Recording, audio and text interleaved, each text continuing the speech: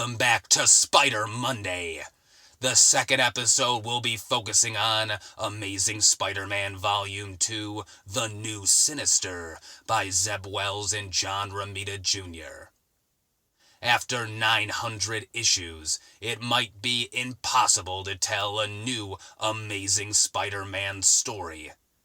The character has had some of the best comic creators in the history of the medium add to his canon, and even some of those luminaries retread old ground.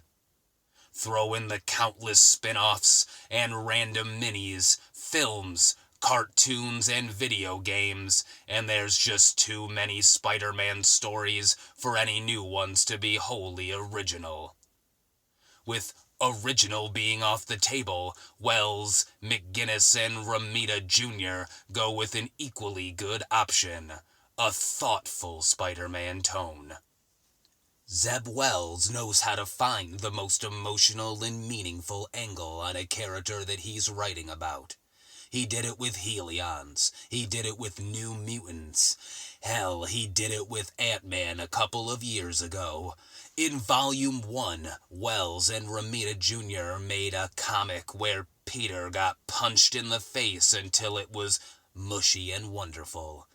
This volume still has the mushy face, but it's also getting to the heart of the question: who is Spider-Man?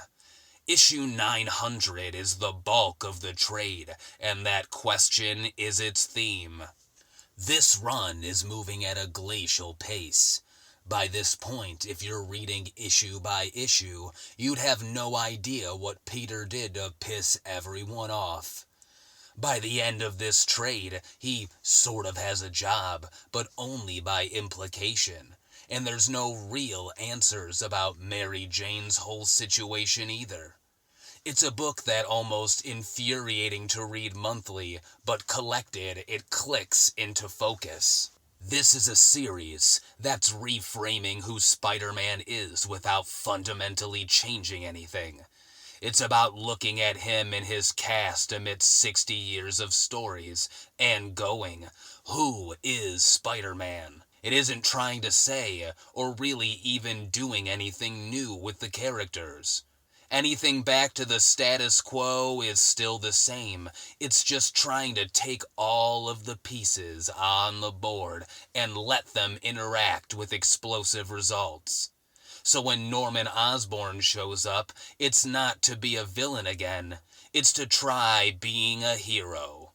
The living brain appears, not to find out the secret identity of Spider-Man, but to more deeply understand Spider-Man, and that's at the core what this series is.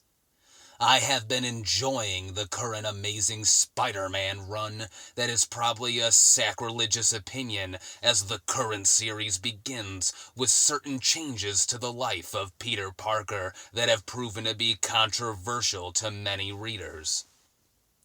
Regardless, I felt that the first arc of this series was a welcome return to the street-level stories of the character with its use of Tombstone as the antagonist. The premise of What Did Peter Parker Do, which was used to market the series, was intriguing, especially since much of the first arc had him deal with the fallout of his actions in terms of how it affected his relationship with his loved ones. While the premise of the character known as the Super Adaptoid, a being with the powers of the original Sinister Six, Dr. Octopus, Electro, Kraven the Hunter by way of his son, Mysterio, Vulture, and Sandman did give me some reservations as it felt a bit like a gimmicky character. I was still open to the idea of a powerful character with the combined strength of all. The art in the action scene shows that I'm correct. It appears that the character was created for this issue to create a sense of spectacle as Spider-Man is fighting someone who has the combined powers of some of his worst enemies.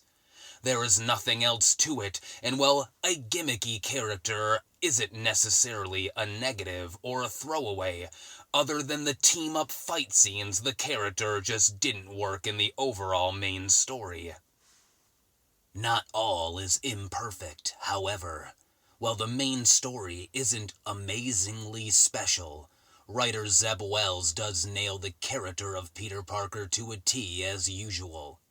Throughout the series, the character has had a bite to him that has been missing for a long time, and he maintains that aspect of the character throughout the entire series thus far.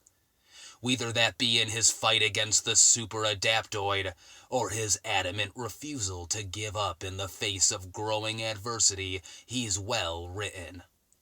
Visually speaking, this is a good-looking story. Ed McGuinness's art is suited for the action-oriented nature of the story. There's a smooth consistency to his inks, especially since he's working with greats like Mark Morales, Wade Von Gronbadger, and Cliff Rathburn. They all work well in sync, establishing the mood throughout the various scenes of the story. Also a shout out to Joe Caramagna's lettering in a readable and consistent nature overall. Something very useful and not as consistent as one might think across series.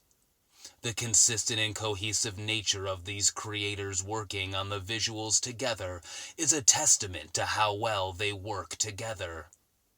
Throughout the issue, I did not notice anything jarring about the story's overall artistic look. Besides the main story, there are these interesting, fun backup stories which are sprinkled in towards the end. Throughout the stories, the lettering is also handled well and maintains the consistency from the main story. The first story, by David Kibblesmith and David Lopez and Nathan Fairbairn, has a humorous charm to it, and it deals with an all-too-relatable aspect of life for most people. The second story, my personal favorite, was a Spidey meeting a celebrity gimmick story by Jeff Loveness. In this story, Spider-Man meets Jimmy Kimmel and goes on his show to answer some questions for a humorous effect. The other story deals with a sweet testament to the familiar relationship between Peter and his Aunt May. There is nothing novel about any of these specific stories, and just like the main story, the visual elements of the art, colors, and lettering are what remain excellent as usual. Overall, this was a more whimsical and fun book compared to the first volume, but still packed an explosive and action-packed punch. We are inching closer and closer to the Dark Web series arc, and we are finally moving closer to some more background information to what happened between Peter and MJ. The next book we are breaking down is Volume 3, a personal favorite of mine, including one of my favorite characters, Hobgoblin, which is the title of the volume itself. Focused more around this character, Spider-Man will be in for some action-packed adventures. Join us next time on our next breakthrough, on our next Spider Monday.